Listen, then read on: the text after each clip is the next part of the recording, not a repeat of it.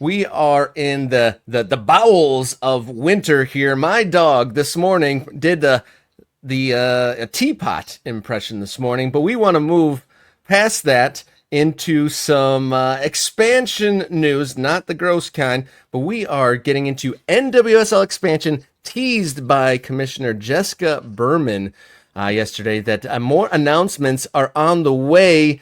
Just where will the next teams be announced? There's 14 playing in 2025. We already heard about Boss Nation. We already heard about mysterious NWSL Denver. Where will we be going next, and how much will it cost, Jason?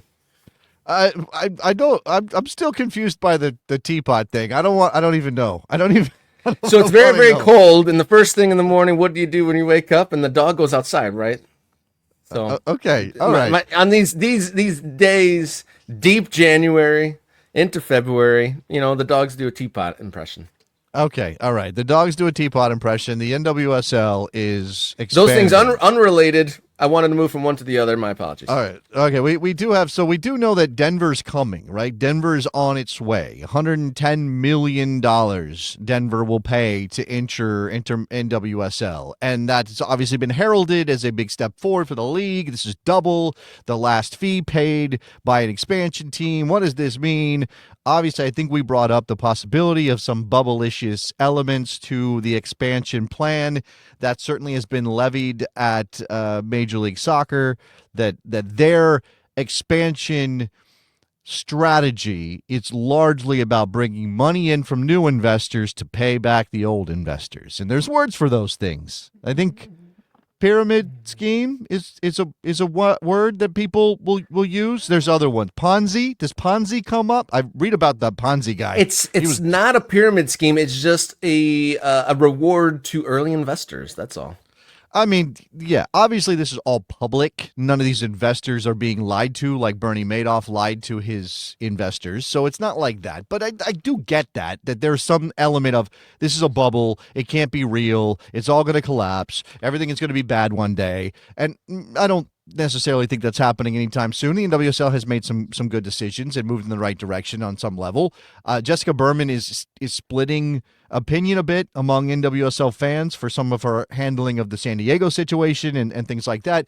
But there's obviously good stuff here. Now, in terms of more expansion, and NWSL Denver will be the 16th NWSL team, if I'm counting correctly, right? So at this point, do you feel like it's important for them to leave the carrot out there, right? So this can be two things. It can be we have a plan, we have to expand, we're going to do that, or it can simply be leaving the door open for other bids to come in. Because why would you close yourself off? Like Major League Soccer's up to 30 teams. I think that's too big. I don't like it from a soccer perspective, but I get it from a national footprint perspective. And the NWSL thinks the same way. They have to think the same way all these other professional sports leagues do. So for them, 16 is not the number. 18 is probably not the number. 20 could be the number, but I bet they passed 20 eventually, just like Major League Soccer did. The quote here from Berman: "We know that our expansion is not done. Part of the effort in the next 3 to 6 months is really developing our next expansion strategy. We want to be aggressive with expansion, but we also want to be strategic and smart about how we do that. And we want to do all the things at the same time, Robert. It's like we want to do super crazy stuff, but we want to be smart about it." I love that. I love that framing. It's all about a balanced approach, you go out way too late on a Thursday night, but you wake up extra early, take a shower, and you try to, get it level. You take the wild flyer on maybe, like you said, bubblicious activities. But so are you saying that maybe the safe approach is not actually true? Is that what you're insinuating? Or they are going for the wild expansion, like striking while the iron is hot? And well, I mean, that's what it is, right? By the way, it's 14 active teams now with Boston and Denver coming. So that's 16 franchises. And then again, and you look at the map and you think about where NWSL teams are located, and you realize there are still places, there are still cities. I mean, Cleveland was interested and close, and by the way, they don't have a men's team, and they're building a stadium there.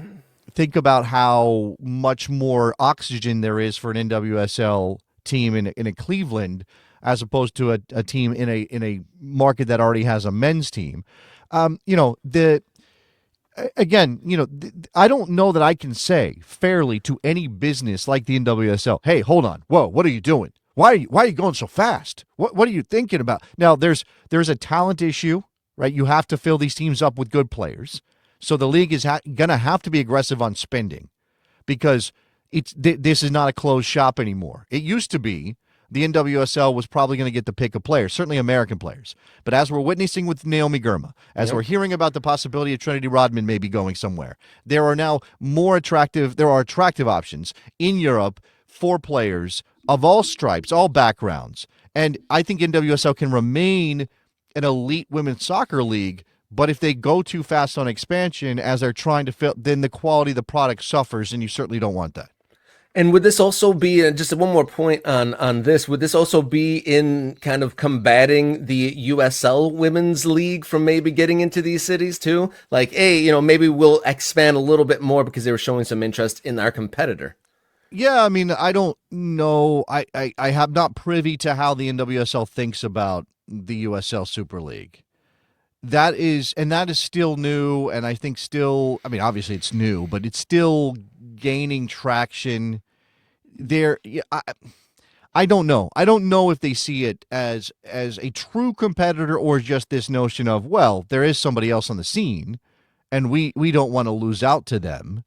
And yeah, I mean, you know, what they have to do is be smart about their own growth while being conscious of, I guess, a mild threat posed by the USL. I want to believe that those two leagues can coexist, by the way, but it does feel like you're distracting fans.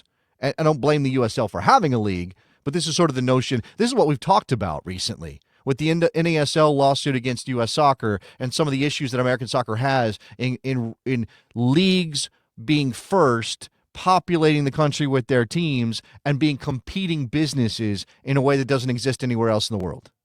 That's part of the problem. We shall see what happens.